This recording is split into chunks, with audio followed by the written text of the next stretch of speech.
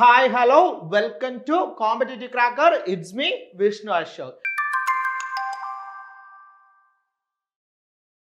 നമ്മളുടെ net commerce എക്സാമിന് വേണ്ടി സിസ്റ്റമാറ്റിക് ആയിട്ട് നമ്മൾ പ്രിപ്പയർ ചെയ്തുകൊണ്ടിരിക്കുകയാണ്. കൃത്യമായ ഒരു സ്ട്രാറ്റജി ഒക്കെ ഫോളോ ചെയ്ത് ഒരു പർട്ടിക്കുലർ ആയിട്ടുള്ള ഏരിയ പഠിച്ചു കഴിഞ്ഞാൽ ആ ഏരിയയിൽ നിന്ന് വരുന്ന മാക്സിമം MCQs ഒക്കെ വർക്കൗട്ട് ചെയ്ത് ഇത്തവണ നെറ്റ് നേടിയെടുക്കണം എന്നുള്ള ഉദ്ദേശത്തോടു കൂടി തന്നെ CCയിലെ കുട്ടികളെല്ലാം നല്ല വളരെ എനർജിയോട് കൂടി പഠിച്ചുകൊണ്ടിരിക്കുകയാണ്. അപ്പം നിങ്ങൾ എല്ലാവരും എന്ത് ചെയ്യണം, മാക്സിമം ഫോക്കസ് ചെയ്ത് തന്നെ പഠിക്കണം. അങ്ങനെ പഠിച്ചു കഴിഞ്ഞാൽ നമുക്ക് ഉറപ്പായിട്ട് എന്ത് ചെയ്യാൻ പറ്റും, നെറ്റ് കൊമേഴ്സ് എന്ന് പറയുന്നത് നമ്മളുടെ ആ ഒരു JRF എന്ന് പറയുന്ന ലക്ഷ്യത്തോട് നമുക്ക് പെട്ടെന്ന് തന്നെ അടുക്കാനും പെട്ടെന്ന് തന്നെ ഈ JRFോട് കൂടി തന്നെ നെറ്റ് ക്രാക്ക് ചെയ്തെടുക്കാനും ഒക്കെ സാധിക്കും. അപ്പം മാറി വരുന്ന നെറ്റ് എക്സാമിന്റെ പാറ്റേൺ മനസ്സിലാക്കി നമ്മൾ പഠിക്കണമെങ്കിൽ നമ്മൾ എന്ത് ചെയ്യണം, കൂടുതലായിട്ടും എന്ത് ചെയ്യണം, MCQsകൾ വർക്കൗട്ട് ചെയ്യണം. അപ്പൊ ഇന്ന് ഞാൻ നിങ്ങളുടെ മുന്നിൽ എത്തിയിരിക്കുന്നത് വളരെ ഇമ്പോർട്ടന്റ് ആയിട്ടുള്ള കുറച്ചധികം MCQsകൾ നിങ്ങളെ പരിചയപ്പെടുത്താനാണ്.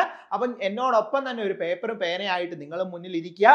എന്ത് ചെയ്യുക, ഓരോ ക്വസ്റ്റിനും ഞാൻ വായിക്കുമ്പോൾ നിങ്ങൾക്ക് തോന്നുന്ന ആൻസർ ഒന്ന് എന്ത് ചെയ്യുക, മാർക്ക് ചെയ്ത് പോവുക. ആൻസർ കാണുമ്പോൾ ശരിയാണോ തെറ്റാണോ എന്ന് മനസ്സിലാക്കി ആ ഏരിയ പഠിച്ചു പോകാനായിട്ട് ശ്രമിച്ചോണം. ഓക്കെ അല്ലേ, സെറ്റ് അല്ലേ? നമുക്ക് സ്റ്റാർട്ട് ചെയ്യാം. ഓക്കെ, അങ്ങനെയാണ് എങ്കിൽ ആദ്യമായി നമ്മൾ കാണാൻ പോകുന്ന ക്വസ്റ്റ്യൻ ആണ്, what is net present value in project evaluation? Project ഇവാലുവേഷനിൽ നെറ്റ് പ്രസന്റ് വാല്യൂ എന്ന് വെച്ചാൽ എന്താണ്? വളരെ ബേസിക് ആയിട്ടുള്ള ഒരു ക്വസ്റ്റ്യൻ ആണ്. നോക്കിക്കേ, വായിച്ചു നോക്കിക്കേ. ഓപ്ഷൻ എ പറഞ്ഞേക്കാണ്, the total revenue a project will generate over its lifetime. Option B തന്നേക്കാണ്, the difference between the present value of cash inflow and outflow over a period of time. And option C തന്നേക്കാണ്, the cost of undertaking a project. And option D തന്നിരിക്കുകയാണ്, the profit generated by a project in its first year. ഏതാണ് net present value? Net present value എന്ന് പറഞ്ഞാൽ തന്നെ നമുക്ക് easy ആയിട്ട് ആൻസറിലേക്ക് എത്താം. ഏതാണ് answer? നിങ്ങൾ മാർക്ക് ചെയ്തോ? ഏതാണ് ആൻസർ വരുന്നത്? ഏതാണ് ആൻസർ വരുന്നത്? ഓപ്ഷൻ ബി ആണ്, the difference between the present value of cash inflow and the outflow over a period of time. അല്ലെ, നെറ്റ് പ്രസന്റ് വാല്യൂ എന്ന് പറയുന്നത് എന്താണ്? ഇറ്റ്സ് എ മെത്തേഡ് ഓഫ് എന്താണ്, capital budgeting to evaluate the profitability of the investment or project. ഒരു പ്രൊജക്ടിന്റെ profitability അല്ലെങ്കിൽ ഒരു investment profitability ഒക്കെ മനസ്സിലാക്കാൻ വേണ്ടി നമ്മൾ യൂസ് ചെയ്യുന്ന ക്യാപിറ്റൽ ബഡ്ജറ്റിംഗ് ടെക്നിക്സ് ആണ് ഏതെന്ന് പറയുന്നത്, നമ്മളുടെ നെറ്റ് പ്രസന്റ് വാല്യൂ എന്ന് പറയുന്നത്. ഇത് എങ്ങനെയാണ്? It calculate the difference between, ഇവിടെ ചെയ്യുന്ന എങ്ങനെയാണ്, calculate the difference between present value of cash inflow and present value of cash outflow over a period. അല്ലെ, അങ്ങനെയാണ് നമ്മളൊരു പർട്ടിക്കുലർ പീരീഡിലെ പ്രസന്റ് വാല്യൂ ഓഫ് ക്യാഷ് ഇൻഫ്ലോയും പ്രസന്റ് വാല്യൂ ഓഫ് ക്യാഷ് ഔട്ട്ഫ്ലോയും തമ്മിലുള്ള ആ ഒരു ഡിഫറൻസ് ആണ് നമ്മൾ ഏതിൽ എടുക്കുന്നത്, നെറ്റ് പ്രസന്റ് വാല്യൂയിൽ എടുക്കുന്നത്. അപ്പൊ നിങ്ങൾ പഠിച്ചോണം ക്യാപിറ്റൽ ബഡ്ജറ്റിംഗ് മെത്തേഡുകൾ അല്ലെ ക്യാപിറ്റൽ ബഡ്ജറ്റിംഗ് ടെക്നിക്സുകൾ നിങ്ങൾ മസ്റ്റ് ആയിട്ടും പഠിച്ചോണം. അതിൽ നിന്നൊരു ക്വസ്റ്റ്യൻ നിങ്ങൾക്ക് ഉറപ്പായിട്ടും വരുന്നതാണ്. നമുക്ക് അടുത്ത ക്വസ്റ്റ്യൻ നോക്കാം. രണ്ടാമത്തെ ക്വസ്റ്റ്യൻ ആണ് വീണ്ടും ഒരു അസേർഷൻ റീസൺ ടൈപ്പ് ക്വസ്റ്റ്യൻ ആണ്. അസേർഷൻ ആയിട്ട് തന്നേക്കാണ്, the net present value NPV method is preferred over the payback period method for making investment decision. അതായത് നമ്മൾ ഇൻവെസ്റ്റ്മെന്റ് ഡിസിഷൻ എടുക്കാനായിട്ട് പേബാക്ക് പീരീഡ് മെത്തേഡിനെക്കാളും കൂടുതലായിട്ട് നമ്മൾ പ്രിഫർ ചെയ്യുന്നത് നെറ്റ് പ്രസന്റ് വാല്യൂ മെത്തേഡ് ആണ് എന്നാണ് പറഞ്ഞേക്കുന്നത്. റീസൺ പറഞ്ഞേക്കാണ്, the net present value method considered the time value of money and all the cash flow over a project life. ഒരു പ്രൊജക്ട് ലൈഫിലെ എല്ലാ ക്യാഷ് ഫ്ലോയെയും അതുപോലെ തന്നെ എന്താണ് ആ ഒരു പർട്ടിക്കുലർ ടൈം വാല്യൂ ഓഫ് മണിയൊക്കെ കൺസിഡർ ചെയ്താണ് ഏതിലുള്ളത്, നെറ്റ് പ്രസന്റ് വാല്യൂ മെത്തേഡിലുള്ളത്. അതുകൊണ്ട് തന്നെ എന്താണ് നമ്മളുടെ പേബാക്ക് പീരീഡിനെക്കാളും നല്ലത്, പ്രിഫർ ചെയ്യാൻ നല്ലത് നെറ്റ് പ്രസന്റ് വാല്യൂ ആണെന്നാണ് പറഞ്ഞേക്കുന്നത്. ശരിയാണോ മക്കളെ? ഏതാണ് ആൻസർ വരുന്നത്? വളരെ ബേസിക് ആയിട്ടുള്ള ക്വസ്റ്റ്യൻ ആണ്. അസേർഷൻ റീസൺ രീതിയിൽ വരുമ്പോൾ നിങ്ങൾ പേടിക്കരുത്. വളരെ ബേസിക് ആയിട്ടുള്ള കാര്യങ്ങളാണ് പറഞ്ഞേക്കുന്നത് അല്ലേ. നെറ്റ് പ്രസന്റ് വാല്യൂ എന്താണ് നമ്മൾ പേബാക്ക് പീരീഡ് മെത്തേഡിന്റെ അകത്ത് എന്ത് കൺസിഡർ ചെയ്യുന്നില്ല, ടൈം വാല്യൂ ഓഫ് മണിയോ റിസ്ക് ഫാക്ടേഴ്സിനോ ഒന്നും കൺസിഡർ ചെയ്യുന്നില്ലല്ലോ. അപ്പം ഇത് എന്താണ്, അസേർഷനും റീസണും കറക്റ്റ് ആണ്. റീസൺ എന്താണ്? അസേർഷനെ സാധൂകരിക്കുന്നുണ്ട് അല്ലെ? ഓപ്ഷൻ എ ആണ് ആൻസർ ആയിട്ട് വരുന്നത്. എന്താണ്? This assertion is true. The NPV method is generally preferred because it provides the measure of expected increase in the value of the firm due to the investment. അല്ലെ, ആ ഇൻവെസ്റ്റ്മെന്റിന്റെ അകത്ത് ഉണ്ടാകുന്ന വാല്യൂവിന്റെ increase ഒക്കെ മനസ്സിലാക്കാനായിട്ടൊക്കെ നമുക്ക് ഏതിലൂടെ സാധിക്കുന്നുണ്ട്? നെറ്റ് പ്രസന്റ് വാല്യൂ മെത്തേഡിലൂടെ സാധിക്കുന്നുണ്ട്. It takes in to accounts all the cash inflow and cash ഇൻഫ്ലോയും ക്യാഷ് ഔട്ട്ഫ്ലോയും ഒക്കെ തമ്മിലുള്ള ഡിഫറൻസ്, എല്ലാ ക്യാഷ് ഫ്ലോയും നമ്മൾ ഏതിൽ കൺസിഡർ ചെയ്യുന്നുണ്ട്? നെറ്റ് പ്രസന്റ് വാല്യൂവിൽ കൺസിഡർ ചെയ്യുന്നുണ്ട്. അതുകൊണ്ട് തന്നെ അസേർഷൻ എന്താണ്? കറക്റ്റ് ആയിട്ടുള്ളതാണ്. റീസണും കറക്റ്റ് ആണ് അല്ലെ? റീസൺ ഈസ് ഓൾസോ ട്രൂ അല്ലെ? റീസണും എന്താണ്? ട്രൂ ആയിട്ടുള്ളതാണ്. The NPV method is intended to consider the time value of money and discounting future cash flow and present value അല്ലെ? അതായത് ഇവിടെ എന്താണ് നമ്മൾ എന്താണ് ഈ NPV മെത്തേഡിന്റെ അകത്താണ് നമ്മൾ ടൈം വാല്യൂ ഓഫ് മണി ഒക്കെ എന്ത് ചെയ്യുന്നുണ്ട്? കൺസിഡർ ചെയ്യുന്നുണ്ട്. അപ്പൊ അസേർഷനും റീസണും കറക്റ്റ് ആണ്. റീസൺ അസേർഷനെ സാധൂകരിക്കുന്നുണ്ട്. ഇനി അടുത്ത ക്വസ്റ്റ്യൻ നോക്കിയാൽ അടുത്ത ക്വസ്റ്റ്യൻ ആയിട്ട് തന്നേക്കാണ്. എന്താ തന്നേക്കുന്നത്? Which of the following assertion about the payback period method is correct?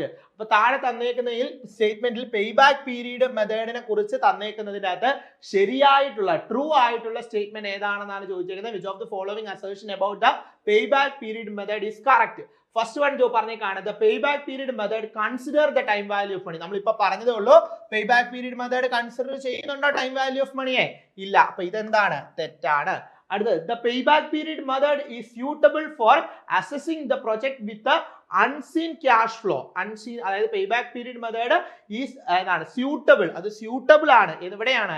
Assessing the project assess ചെയ്യാൻ എവിടെ? അൺസീൻ ആയിട്ടുള്ള ക്യാഷ് ഫ്ലോ ഉള്ള മെത്തേഡ് ആണ്, ഉള്ള ഇൻവെസ്റ്റ്മെന്റ് ആണെങ്കിൽ അവിടെ ഏറ്റവും യൂസ്ഫുൾ ആയിട്ടുള്ള പേബാക്ക് പീരീഡ് ആണെന്നാണ് പറഞ്ഞിരിക്കുന്നത്. അടുത്ത നോക്കിയത് payback period method is helps in understanding the liquidity risk. ഓർത്ത് വെച്ചാൽ understanding the liquidity risk associated with a project. അതായത് പേബാക്ക് പീരീഡ് മെത്തേഡ് നമ്മൾ യൂസ് ചെയ്യുമ്പോൾ നമുക്ക് പെട്ടെന്ന് തന്നെ മനസ്സിലാക്കാനായിട്ട് പറ്റും ലിക്വിഡിറ്റി റിസ്ക്, ഒരു പ്രൊജക്റ്റിന്മേലുള്ള ലിക്വിഡിറ്റി റിസ്ക് മനസ്സിലാക്കാനായിട്ട് പറ്റും എന്ന് പറഞ്ഞിരിക്കുന്നത്. അടുത്ത payback period method account for all the cash flow of A project over it's entire life span. ആ ഒരു പ്രൊജക്ടിന്റെ എൻറ്റയർ ആയിട്ടുള്ള ലൈഫ് സ്പാമിൽ ഉണ്ടാകുന്ന ലൈഫിൽ ഉണ്ടാകുന്ന മൊത്തത്തിലുള്ള ക്യാഷ് ഫ്ലോയും ഏതിലൂടെ മനസ്സിലാക്കാൻ പറ്റുമെന്നാണ് പറഞ്ഞിരിക്കുന്നത്? പേബാക്ക് പീരീഡിലൂടെ മനസ്സിലാക്കാൻ പറ്റുമെന്നാണ് പറഞ്ഞത്. ഏതായിരിക്കും ആൻസർ? വളരെ സിമ്പിൾ ആണ്, നമുക്ക് വളരെ ഈസി ആയിട്ട് മനസ്സിലാക്കാനായിട്ട് പറ്റും. ഏതാണ്? ഓപ്ഷൻ സി ആണ് ആൻസർ ആയിട്ട് വരുന്നത് അല്ലെ? The payback period method helps in understanding the liquidity risk associated with project. ഒരു പ്രൊജക്റ്റുമായിട്ട് ബന്ധപ്പെട്ടിട്ടുള്ള ലിക്വിഡിറ്റി റിസ്ക് അസോസിയേറ്റ് ചെയ്ത് എത്രത്തോളം ഉണ്ട് എന്ന് നമുക്ക് മനസ്സിലാക്കാനായിട്ട് ഇതിലൂടെ സാധിക്കും? പേബാക്ക് പീരീഡിലൂടെ സാധിക്കും. The payback period method is a simple capital budgeting techniques. അത് വളരെ സിമ്പിൾ ആയിട്ടുള്ള ക്യാപിറ്റൽ ബഡ്ജറ്റിംഗ് ടെക്നിക് ആണ് എന്ന് പറയുന്നത് പേബാക്ക് പീരീഡ് എന്ന് പറയുന്നത്. That calculate the time required for investing and generating the cash flow sufficient to cover the initial cost. അതായത് ഇപ്പോൾ ഒരാള് 10,000 രൂപയ്ക്ക് ഇൻവെസ്റ്റ് ചെയ്തിട്ടുണ്ട് എന്ന് വിചാരിക്കുക. അയാൾക്ക് എന്നാ ഇനീഷ്യൽ കോസ്റ്റ് റിട്രീവ് ചെയ്ത് കിട്ടും എന്നുള്ളതാണ് ഏതുകൊണ്ട് കാൽക്കുലേറ്റ് ചെയ്യുന്നത്? പേബാക്ക് പീരീഡ് കൊണ്ട് കാൽക്കുലേറ്റ് ചെയ്യുന്നത്. അതുകൊണ്ട് തന്നെ ഇത് വളരെ സിമ്പിൾ ആയിട്ടുള്ള ഒരു മെത്തേഡ് ആണ് എന്നാണ് പറഞ്ഞേക്കുന്നത്. അപ്പൊ നമ്മളുടെ CCയെ സംബന്ധിച്ചിടത്തോളം CCയിൽ പുതിയ ബാച്ച് ആരംഭിക്കുന്നുണ്ട്. നമ്മളുടെ 60 days ക്രാഷ് ബാച്ച് ആണ്. അപ്പൊ നിങ്ങൾ ഈ ഒരു ബാച്ചിലേക്ക് ജോയിൻ ചെയ്യുക. PDF നോട്ടുകളിലൂടെയും റെക്കോർഡഡ് ക്ലാസ്സുകളിലൂടെയും ലൈവ് ക്ലാസ്സുകളിലൂടെയും അതുപോലെ തന്നെ മെന്റർഷിപ്പിലൂടെ ഒക്കെ നിങ്ങൾക്ക് ഈ നെറ്റ് കൊമേഴ്സ് നേടിയെടുക്കാനായിട്ടുള്ള എല്ലാ ഫെസിലിറ്റീസും CC ഇവിടെ അവൈലബിൾ ആക്കിയിട്ടുണ്ട്. ഈ ഒരു ബാച്ചിൽ ജോയിൻ ചെയ്ത വിദഗ്ധരായ അധ്യാപകർ നയിക്കുന്ന ഒരുപാട് ക്ലാസ്സുകൾ നിങ്ങൾക്ക് അവൈലബിൾ ആകും. അതിലൂടെ നിങ്ങൾക്ക് എന്ത് ചെയ്യാനായിട്ട് പറ്റും? കൃത്യമായ ഒരു ഗൈഡൻസ് കിട്ടുകയും ആ ഒരു കൃത്യമായിട്ടുള്ള ഒരു ഫോക്കസ് ഏരിയ കിട്ടുകയും എങ്ങനെ നിങ്ങൾക്ക് മുന്നോട്ട് പോകണമെന്ന് മനസ്സിലാക്കാനും അത് അച്ചീവ് ചെയ്തെടുക്കാനായിട്ടും ഒക്കെ സാധിക്കും. ഈ ഒരു ബാച്ചിൽ ജോയിൻ ചെയ്യാനായിട്ട് താഴെ കാണുന്ന നമ്പറിൽ നിങ്ങൾ എന്ത് ചെയ്യുക? കോൺടാക്ട് ചെയ്യുക. കൃത്യമായിട്ട് പഠിക്കാനായിട്ട് ശ്രമിക്കണം. ഒരു ഏരിയ പഠിച്ച് ആ ഏരിയയിലെ MCQs ഒക്കെ വർക്കൗട്ട് ചെയ്താണ് നമ്മൾ CCയിൽ പോകുന്നത്. അതുകൊണ്ട് തന്നെ CCയിലെ കുട്ടികൾ പെട്ടെന്ന് തന്നെ ഇത്തരത്തിലുള്ള എക്സാമുകളൊക്കെ ക്രാക്ക് ചെയ്തെടുക്കുകയാണ്. അപ്പോൾ നിങ്ങൾക്കും അത്തരത്തിലുള്ള അവസരങ്ങൾ കിട്ടുകയാണ്. അപ്പോൾ നിങ്ങൾ എന്ത് ചെയ്യുക? മാക്സിമം നമ്മളുടെ ബാച്ചിലേക്ക് ജോയിൻ ചെയ്യാനായിട്ട് ശ്രമിക്കുക. ഓക്കെ, അടുത്ത ക്വസ്റ്റ്യൻ നോക്കാം. Which of the following statement is true regarding the primary goal of financial management? Financial മാനേജ്മെന്റിന്റെ പ്രൈമറി ഗോൾ വെച്ചുകൊണ്ട് താഴെ പറയുന്ന സ്റ്റേറ്റ്മെന്റുകളിൽ ഏതെല്ലാമാണ് ശരി എന്നുള്ള. The primary goal of financial management is to maximise the firm's earning.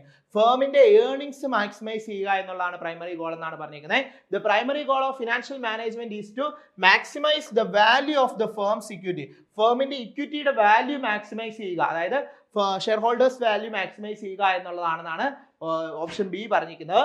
The primary goal of financial management is to maximise the firm's market value. ഫേമിന്റെ market value അല്ലെ മാർക്കറ്റ് ഷെയർ എന്ത് ചെയ്യുക, മാക്സിമൈസ് ചെയ്യുക എന്നുള്ളതാണ് പ്രൈമറി ഗോൾ എന്നാണ് പറഞ്ഞിരിക്കുന്നത്. The primary goal of the financial management is to minimise the firm's cost. ഫേമിന്റെ cost minimise ചെയ്യുക എന്നുള്ളതാണ്. ഏതായിരിക്കും ആൻസർ ആയിട്ട് വരുന്നത്? വളരെ സിമ്പിൾ ക്വസ്റ്റ്യൻ ആണ്. ഫിനാൻഷ്യൽ മാനേജ്മെന്റ് ഗോൾ അല്ലെ, നമ്മൾ പഠിച്ചിട്ടുള്ള ഏരിയ ആണ്. അപ്പൊ ഏതായിരിക്കും ആൻസർ വരുന്നത്? ഓപ്ഷൻ ബി ആണ്. The primary goal of financial management is to maximise the value of firm's equity അല്ലെ, അതായത് ഷെയർ ഹോൾഡേഴ്സ് വാല്യൂ മാക്സിമൈസേഷൻ അല്ലെ. എന്താണ് primary goal of financial management is to maximise the shareholders wealth which is typically represented by the value of the firm's equity അല്ലെ. ഫേമിന്റെ equity value എന്ത് ചെയ്യുക, maximise ചെയ്യുക എന്നുള്ളത്. അടുത്തത് അസേർഷൻ റീസൺ ടൈപ്പ് ക്വസ്റ്റ്യൻ ആണ് വന്നേക്കുന്നത് കേട്ടോ. അസേർഷൻ റീസൺ ടൈപ്പ് ക്വസ്റ്റ്യൻ ആണ്. അസേർഷൻ ആയിട്ട് എന്താണ് പറഞ്ഞിരിക്കുന്നത്? A company with high growth opportunity should retain most of its earnings rather than paying high dividend. ഓർത്ത് വെച്ചാൽ എന്താണ് പറഞ്ഞിരിക്കുന്നത്? A company with high growth opportunity, ഒരു കമ്പനിക്ക് നല്ല രീതിയിലുള്ള ഗ്രോത്ത് ഓപ്പർച്യൂണിറ്റി ഉണ്ട്, അങ്ങനെയാണെങ്കിൽ should retain most of the earnings, അവരുടെ എന്താണ് കയ്യിലുള്ള മോസ്റ്റ് ഓഫ് ദ ഏർണിങ്സ് അവർ എന്ത് ചെയ്യും, എന്താണ് റീറ്റെയിൻ ചെയ്യും അല്ലെ. Retain most of the earnings rather than paying dividend. Dividend കൊടുക്കാതെ, അതായത് കമ്പനിക്ക് മുന്നോട്ട് നല്ല ഓപ്പർച്യൂണിറ്റീസ് ഉണ്ട്, ഗ്രോത്ത് ഓപ്പർച്യൂണിറ്റി ഉണ്ടെങ്കിൽ അവരെന്ത് ചെയ്യും, അവരുടെ കയ്യിൽ ഉള്ള പ്രോഫിറ്റിന്റെ കൂടുതൽ ഭാഗം അവരെന്ത് ചെയ്യും, റിട്ടേൺ ചെയ്ത് വെക്കുകയുള്ളൂ, അവർ എന്ത് ചെയ്യത്തില്ല, ഡിസ്ട്രിബ്യൂട്ട് ചെയ്യത്തില്ല. ഇനി എന്താണ് rather than paying high dividend. In reason ആയിട്ട് പറഞ്ഞ return earnings can be reinvested in the company's fund new project. Return earnings എന്ന് പറഞ്ഞു കഴിഞ്ഞാൽ എന്താണെന്ന് പറഞ്ഞിരിക്കുന്നത്? റീഇൻവെസ്റ്റ് ദ ആ കമ്പനിക്ക് അവൈലബിൾ ആയിട്ടുള്ള ഫണ്ട് റീഇൻവെസ്റ്റ് ചെയ്യാണ് ന്യൂ പ്രൊജക്ടിന്മേൽ, which can be leads to the higher future growth. ഇത് എന്തിന് കാരണമാക്കുന്നുണ്ട്? ഭാവിയിലേക്ക് നല്ലൊരു ഗ്രോത്തും പ്രോഫിറ്റബിലിറ്റി ഒക്കെ ഉണ്ടാകാനായിട്ട് കാരണമാക്കുന്നുണ്ട്. ഏതായിരിക്കും ആൻസർ വരുന്നത്? Both the assertion and reason are true. Reason is the correct explanation of assertion ആണോ? Assertion is true, reason is false ആണോ? ഏതായിരിക്കും? വളരെ സിമ്പിൾ ആണല്ലേ. റീറ്റെയിൻ ഏർണിങ്സിനെ പറ്റിയും ഡിവിഡൻഡിനെ പറ്റിയൊക്കെ ഒരു അറിവുണ്ടെങ്കിൽ നമുക്ക് ഈ ഒരു ക്വസ്റ്റ്യൻ ഈസി ആയിട്ട് ആൻസർ ചെയ്യാതാണ്. ഓപ്ഷൻ എ ആണ് ആൻസർ ആയിട്ട് വരുന്നത്. Both the assertion and reason are true. Reason is the correct explanation of assertion അല്ലെ. അതായത് എന്താണ്, കമ്പനീസ് വിത്ത് സിഗ്നിഫിക്കന്റ് ഗ്രോത്ത് ഓപ്പർച്യൂണിറ്റി, കമ്പനിക്ക് നല്ല രീതിയിലുള്ള ഗ്രോത്ത് ഓപ്പർച്യൂണിറ്റി ഉണ്ടെങ്കിൽ അവർ എന്ത് ചെയ്യും, ആ കമ്പനിയുടെ ലാർജ് ആയിട്ടുള്ള ആ ഒരു ഫണ്ട് അവൈലബിൾ ആയിട്ടുള്ള ഫണ്ടിന്റെ കൂടുതൽ പോർഷൻ അവർ റീറ്റെയിൻ ചെയ്ത് പുതിയ പ്രൊജക്ടിന്മേൽ ഇൻവെസ്റ്റ് ചെയ്യുകയാണ് ചെയ്യുന്നത്. അടുത്ത ക്വസ്റ്റ്യൻ നോക്കിയേ. അടുത്ത ക്വസ്റ്റ്യൻ ആണ്, the concept of time value of money is based on which principle? ഏത് പ്രിൻസിപ്പിൾ ബേസ് ചെയ്തിട്ടാണ് the concept of time value of money വരുന്നത്? The money received today is worth more than money received in the future എന്നുള്ളതാണോ? Money received in future is worth more than money received today എന്നുള്ളതാണോ? All the money has equal value regardless of when it is received ആണോ? None of the above. എന്താണ് time value of മണി എന്ന് പറഞ്ഞാൽ? Time value of മണി എന്താണെന്ന് പറഞ്ഞാൽ ഇതിന് answer easy ആയിട്ട് വരാം. Time value of മണി എന്ന് പറഞ്ഞാൽ എന്താണ്? Money received today is more valuable than money received tomorrow. അതായത് ഇന്ന് നിനക്ക് 1 ലക്ഷം രൂപ കിട്ടുന്ന അത്രയും വാല്യൂ ഉണ്ടായിരിക്കില്ല 10 വർഷം കഴിഞ്ഞ് നിനക്ക് ആ 1 ലക്ഷം രൂപ കിട്ടുമ്പോൾ അല്ലെ. ഇന്ന് നിന്റെ കയ്യിൽ 1 ലക്ഷം രൂപ ഉണ്ടായിരുന്നു, നീ അതൊരു നിന്റെ ഒരു സുഹൃത്തിന് കൊടുത്തു, ഒരാവശ്യത്തിന് വേണ്ടി അവന് കൊടുത്തേക്കാണ്. അവൻ 10 വർഷം കഴിഞ്ഞിട്ട് ആ 1 ലക്ഷം രൂപ നിനക്ക് കൊണ്ടുവന്ന് തന്നു കഴിഞ്ഞാൽ ഇന്നുള്ള വാല്യൂ ഉണ്ടായിരിക്കുമോ അന്ന് അതിന്? അതായത് 2015 1 ലക്ഷം രൂപയ്ക്കുള്ള അത്രയും വാല്യൂ 2025 ഉണ്ടോ? ഇല്ല. 2015 1 ലക്ഷം രൂപയ്ക്ക് കിട്ടുന്ന സാധനങ്ങൾ ഇന്ന് എന്താണ് 2025 ആയപ്പോൾ ആ 1 ലക്ഷം രൂപ കൊടുത്താൽ കിട്ടുമോ? ഇല്ല. അപ്പം എന്താണ് time value of money? Money received today is more valuable than money received tomorrow. അപ്പൊ ഇതിന് ആൻസർ ഏതാ വരുന്നേ? ഏതാ മക്കളെ ആൻസർ വരുന്നത്? ഓപ്ഷൻ ഏതാ വരുന്നേ? ഓപ്ഷൻ എ ആണ്. Money received today is worth more than money received in the future. The time value of money principle states that a specific amount of money has different value at a different point of time. അതായത് ഒരു particular ആയിട്ടുള്ള എമൗണ്ടിന് different ആയിട്ടുള്ള ടൈമിൽ different ആയിട്ടുള്ള value ആയിരിക്കും ഉണ്ടായിരിക്കുന്നത് എന്നുള്ള കാര്യത്തെയാണ് എന്തെന്ന് പറയുന്ന ടൈം വാല്യൂ ഓഫ് മണി എന്ന് പറയുന്നത്. അടുത്ത നോക്കിയേ, which of the following is not a component of working capital. താഴെ തന്നിരിക്കുന്ന ഏതാണ് വർക്കിംഗ് ക്യാപിറ്റലിന്റെ കമ്പോണന്റ് അല്ലാത്തത്? ഏതാണ്? Inventory, account receivable, account payable, long time ഡെപ്റ്റ്. ഏതായിരിക്കും? Working capital. വർക്കിംഗ് ക്യാപിറ്റൽ എന്ന് പറഞ്ഞാൽ അറിയാലോ, ഡേ ടു ഡേ ആയിട്ടുള്ള എക്സ്പെൻസുകൾ മീറ്റ് ചെയ്യാനായിട്ട് നമ്മൾ മാറ്റി വെച്ചിരിക്കുന്ന ക്യാപിറ്റലിനെയാണ് വർക്കിംഗ് ക്യാപിറ്റൽ എന്ന് പറയുന്നത്. വർക്കിംഗ് ക്യാപിറ്റൽ കണ്ടുപിടിക്കാനുള്ള ഇക്വേഷൻ എന്തായിരുന്നു? Current asset minus current liability ആണ് എന്നൊക്കെ നമ്മൾ പഠിച്ചിട്ടുള്ള. അപ്പൊ ഏതായിരിക്കും മക്കളെ ആൻസർ? ആൻസർ വളരെ സിമ്പിൾ ആണ്, ലോങ് ടൈം ഡെപ്റ്റ് എന്നുള്ളതാണ് ആൻസർ വരുന്ന. ഓപ്ഷൻ ഡി ആണ്.